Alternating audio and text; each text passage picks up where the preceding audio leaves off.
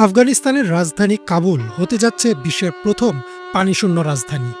সিএনএনে ২০২৫ সালের জুলাইয়ে প্রকাশিত এক রিপোর্টে সতর্ক করে বলা হয়েছে, কাবুলে পানির সংকটের অবস্থা এতটাই ভয়াবহ আকার ধারণ করেছে যে আগামী ২০৩০ সালের মধ্যে হয়তো শহরটিতে আর এক ফোঁটাও পানি অবশিষ্ট থাকবে না।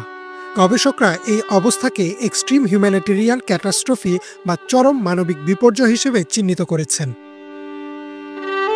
বর্তমানে শহরের প্রায় ৫০ লক্ষ মানুষ দিন দিন পানির জন্য মরিয়া হয়ে উঠছে।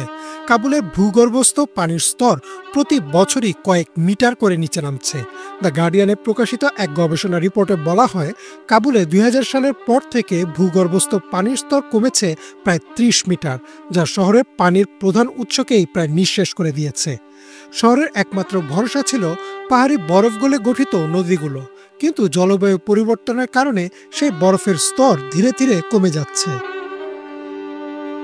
কাবুল শহরে এই পানির সংকট সৃষ্টি হওয়ার পেছনে রয়েছে একাধিক কারণ। প্রথমত, শহরে অতিমাত্রায় জনসংখ্যা বৃদ্ধি ও অব্যবস্থাপনা। আল জাজিরার একটি প্রতিবেদন অনুযায়ী কাবুলের জনসংখ্যা গত ২ দশকে দ্বিগুণেরও বেশি বেড়ে গেছে, কিন্তু শহরের অবকাঠামো বা পানির ব্যবস্থাপনায় সেই হারে উন্নয়ন হয়নি। দ্বিতীয়ত, অবৈধভাবে কুয়া খনন এবং ভূগর্ভস্থ পানির অনিয়ন্ত্রিত উত্তোলন ব্যাপকভাবে এই সংকটের জন্ম দিয়েছে। আফগানিস্তানের বর্তমান সরকার এই সংকট মোকাবেলায় কিছু সীমিত পদক্ষেপ গ্রহণ করেছে।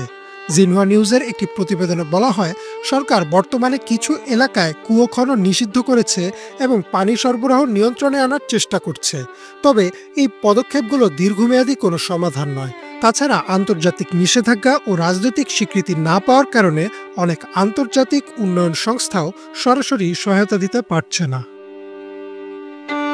এই অবস্থার মধ্যে সবচেয়ে ক্ষতিগ্রস্ত হচ্ছে কাবুলের দরিদ্র জনগোষ্ঠী। পানি সংগ্রহ করতে তাদের ঘন্টার পর ঘন্টা হাঁটতে হচ্ছে। অনেক সময় শিশুরা স্কুল বাদ দিয়ে পানি সংগ্রহে ব্যস্ত। লাইফ সায়েন্সে প্রকাশিত একটি রিপোর্টে বলা হয়, অনেক পরিবার প্রতিদিন মাত্র ২০ থেকে ২৫ লিটার পানির উপর নির্ভর করে বেঁচে আছে, যা একজন মানুষের ন্যূনতম স্বাস্থ্যকর জীবনের জন্য প্রয়োজনীয় মাত্রার অনেক নিচে। বিশেষজ্ঞদের মতে আগামী ৫ বছরের মধ্যে যদি দ্রুত কোনো কার্যকর ব্যবস্থা না নেওয়া হয়, তবে কাবুল এক ভয়াবহ মানবিক বিপর্যয়ের মধ্যে পড়ে যাবে।